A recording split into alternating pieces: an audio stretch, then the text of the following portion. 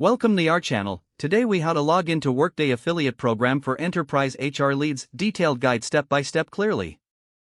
Begin by opening your preferred web browser. In the address bar, type in the URL for the Workday affiliate program login page. Press the enter key to navigate to the page. Once the page loads, look for the login area. Enter your registered email address in the designated field. Next, input your password in the provided password field. Double-check that your email and password are entered correctly.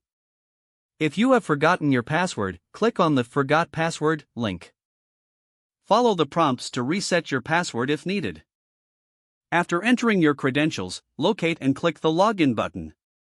Wait a moment as the system processes your login attempt. Once logged in, you will be directed to your affiliate dashboard. From the dashboard, you can access various tools and resources. If you face any issues during login, check your internet connection. Consider clearing your browser's cache and cookies as a troubleshooting step. Alternatively, try using a different browser or device. If problems persist, contact Workday support for assistance. Now you are ready to explore the features of the Workday affiliate program. If the page does not load, refresh the browser or try again in a private or incognito window. Make sure you are using the correct email address, then retype it carefully to avoid small typos. If your password is not accepted, use the reset option and create a new strong password you can remember. Check your spam folder for verification or security emails, then complete any requested confirmation steps. Enable two-factor authentication if available to improve account security and reduce unauthorized access risk.